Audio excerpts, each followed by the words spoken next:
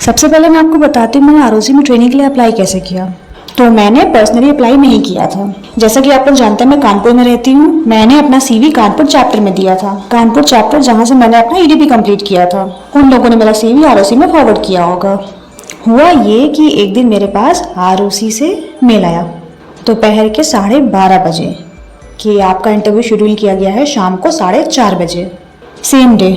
जैसे मैंने आरओसी का मेल रिसीव किया उसके with in half an hour मुझे आरओसी का कॉल भी आया कि ईशा द्विवेदी आपका इंटरव्यू शेड्यूल किया गया है शाम को 4:30 बजे, प्लीज़ बी ऑन टाइम।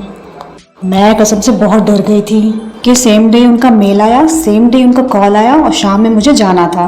हालांकि मैं अपनी प्रिपरेशन तो कर ही रही थी क्योंकि उन बीच में अपनी ट्रेनिंग ढूंढ रही थी, तो मैंने अपनी प्रिपरेशन भी काफ़ी हद तक कर रखी थी। लेकिन फिर भी मैं डर गई थी क्योंकि 12:30 बजे कॉल आया और शाम को 4:30 मुझे जाना था। मेरे पास कोई तैयारी नहीं थी, मेरे पेपर्स अलाइन नहीं थे, मैंने अपना सिलेबस रिवाइज नहीं किया था।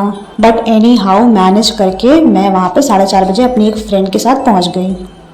क्वेश्चन नंबर 2, मैंने अपनी ट्रेनिंग के इंटरव्यू के लिए क्या क्या प्रिपरेशन करी। तो बेसिकली मैंने बहुत ज़्यादा चीज़ें तो नहीं पढ़ी थी, बट मैंने कंपनी लॉ को बहुत ही अच्छी तरह से पढ़ा था।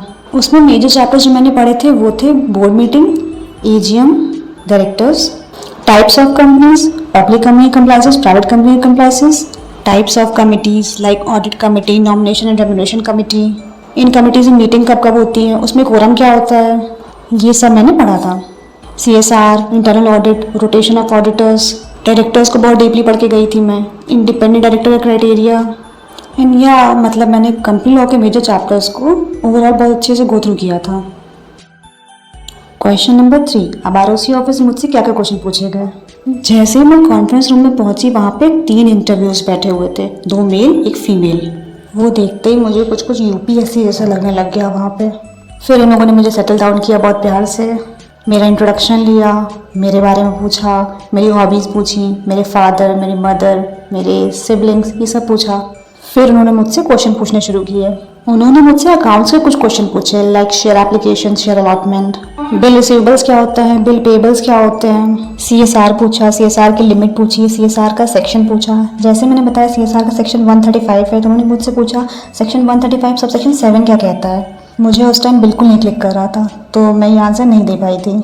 लास्ट क्वेश्चन उन्होंने मुझसे पूछा रेवेन्यू फ्रॉम ऑपरेशन इतना है, सेल इतनी है, इनकम इतनी है, एक्सपेंडिचर इतने हैं, प्रीपेड इतना है, आउटस्टैंडिंग इतना है, डेटर्स इतने, क्रेडिटर्स इतने, प्रीपेड इतना है। मतलब ऐसे करके उन लोगों ने टेबल टाइप की ओरली एक बहुत बड़ी टेबल बना दी मेरे सामने। उन्होंने मुझसे पूछा ये इतना, ये इतना, ये इतना, ये इतना, ये इतना, बताओ क्या समझ में आया। आई गो ब्लैंक, मुझे कुछ समझ नहीं आया था। मैंने इसका भी कोई जवाब नहीं दिया तो मैं सॉरी सर बोलकर वहाँ से बाहर निकल आई थी। क्वेश्चन नंबर 4, मेरा आरओसी इंटरव्यू का एक्सपीरियंस कैसा रहा। It was nice, but I got rejected.